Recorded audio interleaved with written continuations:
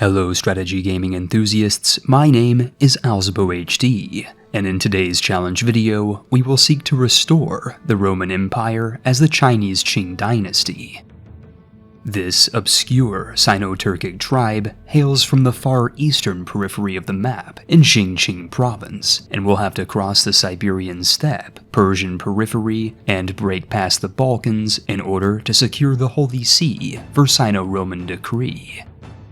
In 867 AD, Dai Qing, or the Chinese conception of Rome, is far from our eastern home, but with the help of conquest and castration for future citizens of our nation, we can cut our way into the heart of the Sino-Populescae Romanus. But before we get started, this video is sponsored by Morning Brew.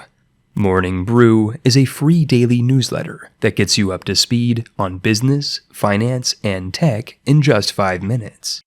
If you're like me, you might spend most mornings scrolling on your smartphone, but with Morning Brew, you and your ever-expanding lion lineage can stay up to date with concise, witty, and informative articles. With Morning Brew, I've learned that Meta is being sued for violating facial recognition laws in Texas, and that rampant inflation is costing Americans an average of more than $250 extra per month. But thankfully, inflation and dystopian social networks are not included with Morning Brew, which is free for you and your entire dynasty. Check out the link in the description box below to join the Morning Brew crew, and a special thanks to Morning Brew for sponsoring today's video. Our story begins with a 47-year-old Sino-Turkic count on the edge of the known world, placing us in Ningxia. With our game set to Iron Man mode and achievements disabled because we're playing on an early beta build, it's time to bring the SPQR to a sun near Tsu. Count Luo is the head of the Qing dynasty, whose family fields little more than Luo, his son Qi, and his grandson Zhen. Despite their start in northwestern China, the Xiaotuo are not Han Chinese, but instead a Sinicized Turkic culture that benefits from bellicose traditions, a ruling caste, the ability to hybridize cultures more easily, and the ability to castrate to negate the birth rate of our future slave state. Count Luo starts his campaign by filling his harem with Nepalese nuptials, which in turn secures him alliances to guard against the Guiyi threat. As a one-province count, this Jing, who aspires to be king, seeks to declare independence against his Han hegemon, Hua Shen. To this end, Hua Ming, Luo's genius second wife, convinced her Sino-Turkic spouse to re-embrace the traditions of Tengri and be free of any need of a CB. But Luo lacked piety, so he decreed that his grandson Zhongxing be educated by his polygamous partner in the ways of the sky god. While our ruler sought to embrace the religion and language of his ancestors, his maiden mentor came complete with a bed sheet. As with love and language, war never changes, and Luo's liberation of his neighboring nation necessitated Nepalese intervention. But in the court of the Crimson King, trouble was brewing. You see, Luo's newborn son, Nate, suffered a disastrous malpractice during his circumcision, and our spiteful sovereign had the court physician castrated and deflated into a eunuch, which somehow made him quite happy. This stress was far too severe, and our Sino-Turkic sovereign soon sought a happy ending. His promiscuous proclivities and dangerous activities led to lover's pox, but sharing is caring, and soon the whole family had herpes. His Nepalese ninth wife didn't mind, and with the help of her father's forces, Luo took Tengger 3 years later, but it did little to solve an existential dilemma. You see, this story was recorded using an early build of Royal Court, the kind of sort that doesn't support my recording software. This screen footage is all that remains of 2 hours of campaign, and in the following years, Luo formed a duchy, became independent from Gui Yi, and castrated his firstborn son Ji, so that his Tengri son Jing Tang could inherit his father's merit. With a Tengri son in tow, it's time to bring Bing Qiling to a son near Tzu. Jing Tang started his reign and campaign by bringing pain upon his peripheral polities. After all, his Tengri faith grants him a conquest casus belli on all nearby counties, and Tibet became the first of many targets. Cutting through continental Asia soon led to compulsory castration and recreation for the Tibetan nobility. Aso was annexed over the course of 4 years. Sino-Turkic soldiers advanced into Afghanistan, and in another 4 years, Gur was granted to Jing Tang's growing gang. More border gore was soon in store, as Armenia was now in range of the deranged duke who claimed Yerevan to be historically Chinese territory. The Khaganate of Chonghua sought only to liberate this land and bring it, Karabakh, into peace with Chinese characteristics, and by 906 AD, the Caucasus bent the knee to Jing decree. And speaking of peace, pieces of unharmonious protesters were cut clean to preserve their hygiene, while trebuchets were assembled to preserve our internal affairs. To our west, a beleaguered Bulgaria was breaking down in the Balkans and yearned for Sino-style stability. Soldiers of the Jing dynasty subsequently sailed across the Black Sea and broke bread in Burgash, sourcing only the finest quality of meats and meals for our royal family. And meat was certainly back on the menu. With Tarnograd at last taken by our Tengri tyrant, Serbia became the latest prefecture of our proliferating polity, but not everyone was happy under our harmonious rule, and Armenians were soon hunted into extinction in the hills of Afghanistan. To make matters worse, the Jia conquered the Jing heartland, and with nowhere to return, Jing Tang sought to manifest his destiny to the west. But back at home, Jing Tang's daughter Zhang Yi spread her knees for her half-brother lover. Her other brother was castrated for attempting to kill his second cousin, and Borsh, the incestuous and lecherous leper, was imprisoned and stripped of sibling seed.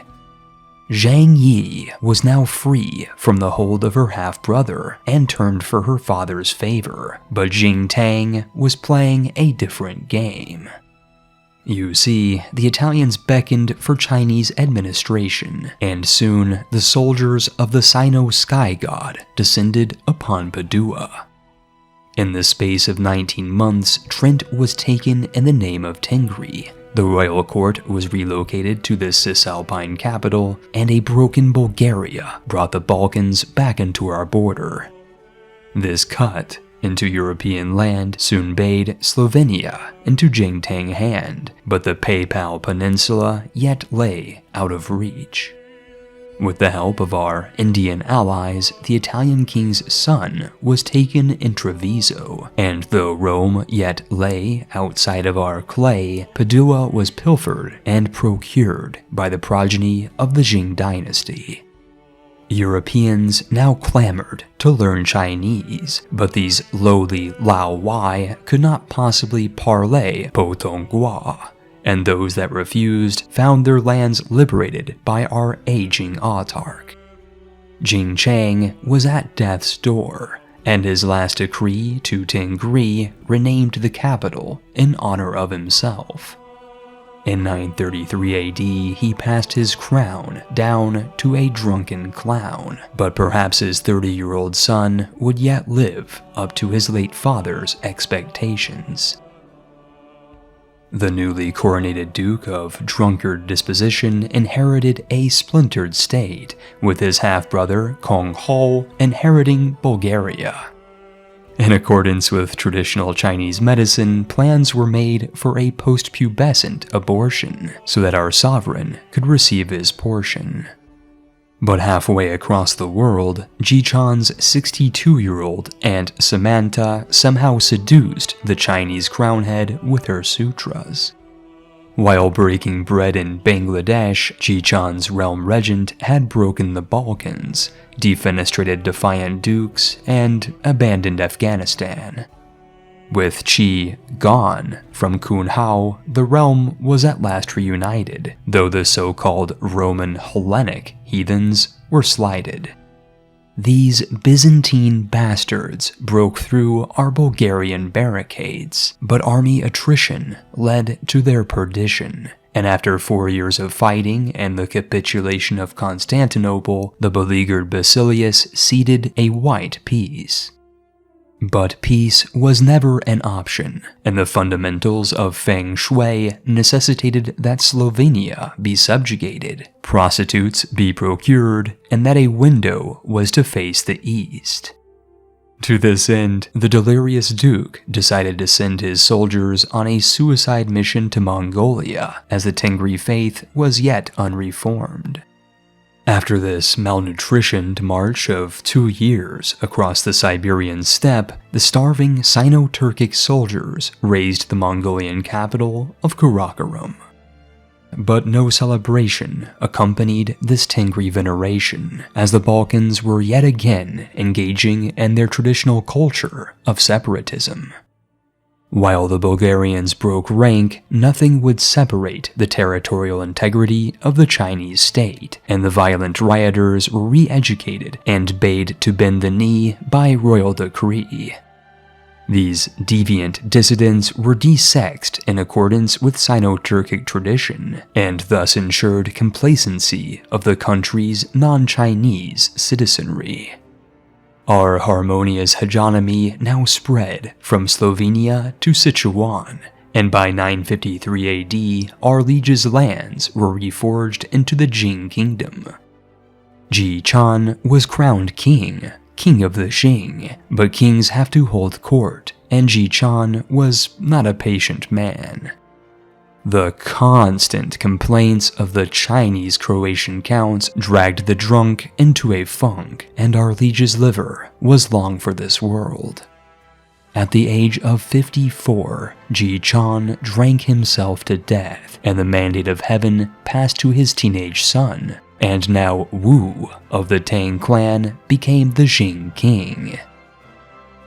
This Wu-Tang man ain't nothing to struck with, and the realm's regent had him betrothed to Scandinavian nobility for prestige. The loyal lords of his late father then turned their swords on Wu too, declaring liberty wars and reducing the kingdom's crown authority. The teenaged tyrant came of age in Central Asia, where he fought an inconclusive war over a Siberian Tengri holy site and brought a white peace to the east. This honest and just sovereign of the Sino-Turkic nation held court over an increasingly syncretic Sino-Roman culture and proceeded to evict the Saracens from southern Italia. Wu the Wise defended Chinese clay from heathen holy wars, and within 9 months, Romagna was reappropriated, but not everyone was happy. Wu's cousin, Kun Zhao, commenced a civil war with a claim to the Dragon Throne, and soon Italian separatists sought a claim of their own.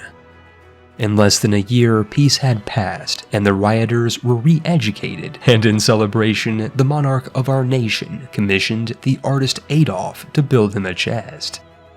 With these Calabrian conquests concluded, Wu's monarchy had metastasized across the Mediterranean, and the Chinese and Cisalpine cultures converged. In 968, Wu formalized his homeland's hybridization and formed the Sino-Roman culture, which proliferated in the crown land of Jingtang province. Further efforts to unify the peninsula were funded by harvesting heathens, ransoming Romanians, and castrating those without coin. the country was at last contiguous, and after Wu brutally beat the Byzantine Basilius in a duel, he pressed his claim on the sacred Tengri county of Crimea. He had to liberate the Sino-Turkic minorities of Sevastopol, and soon a multitude of monarchs across Europe sought to impress Wu by learning Chinese, and this olive branch was repaid by the liberation of the Kingdom of Italy. This blending of Peking duck with pizza and pasta meant that Wu now had decent food, and the jealous Germans were quick to attempt to take what they could not make. These hungry heathens died in the mountains of Jingtang, and with their renewed holy fervor, our 40-year-old monarch turned to the Tengri faith. It was time to reform the realm's religion, and in 982, Wu became the successor of the sky god, though some things were lost in translation. But to our Lord's elation, the Christian nations were distracted in a crusade against Al-Quds. Wu decreed that it was time to burn the Holy See and the heretical seat of Christianity, and declared war on the Papal States. Victory over the Vatican was at hand. The crusade had collapsed, and the Holy Land lay in Saracen hand. But on the peninsula, a third column of Christian rebels rose up, forcing our fiefdom into a two-front war. What's more, our Lord learned Latin to appease his subjects, but when you're dealing with Italians, it's better to be feared than loved. After 2 years of transit, Allied assistance had at last arrived from Central Asia, and within the space of a year, the capital of Christianity was seized, and the pathetic Papal States kowtowed to King Wu. Over the following years, the Croatian coastline was contiguous. Our Sino-Roman soldiers subjugated Sardinia, and an endless array of Christians were castrated and converted into servants. And speaking of castration, the pitiful Papal polity succumbed to Sino supremacy, and the Holy Father fell into the hands of King Wu. Leo V was to be domesticated as the Jing family pet, and, like any pet, the first step was a plastic cone. This veterinary procedure resulted in the Papal pet becoming a lunatic and depressed, probably because the Catholic creature couldn't bear to see his state succumb to Sino-subjugation. But the benevolent King Wu soothed the former faith head by petting him and rationing him on a diet of rats. After all, hard work pays off. By 998, Italia increasingly fell to the Sino-Roman realm. Wu had consecrated the Jing dynasty, and our sovereign became the savior of our sacred Tengri traditions. It was a time for celebration with human sacrifice, and Wu's celebrated Catholic creature wooed over his court, though the Pope was far from potty trained. In fact, our four-legged friend was getting older, and while Wu wept at this loss, he stuffed and taxidermied the cat Pope and mounted him above his bedside table. Depressed and in distress, Wu went on a rampage, ravaging Bulgaria, Bosnia, and Savoy. Any notion of civilized courtesy went out the window as the Sino-Roman ruler embraced looting as a cultural tradition and moved his capital to Rome itself. The Sino-Turkic Roman realm was at last reforged, and the king of the Jing now reigned supreme as the emperor of the Sino-Roman Imperium. This red realm rose to encompass the plurality of the Mediterranean basin, and the formerly tribal Tengri traditions evolved into a professional holy order dedicated to defending the Sino-Populesci Romanus. But Wu knew that he was screwed, and spent his last years liberating the Balkans and making Romania Roman again. With his dying breath, he ordered the greatest festival the fiefdom had ever seen, and in 1016 passed the mortal coil at the age of 75. his middle-aged son, the High Shaman Kun Hao, ascends to the dragon throne of Dai Qin, though it's unlikely that he will achieve even a fraction of the legacy of his late father. By the turn of the 11th century, Sino-Turkic Romans control the plurality of the previously Papal Peninsula and rule over Sardinia, the Balkans, Crimea, Armenia, and portions of the Eastern Eurasian steppe. The state religion is the recently reformed Tingriism, a faith that is practiced by all Sino-Roman subjects and has emerged throughout most of the monarchy.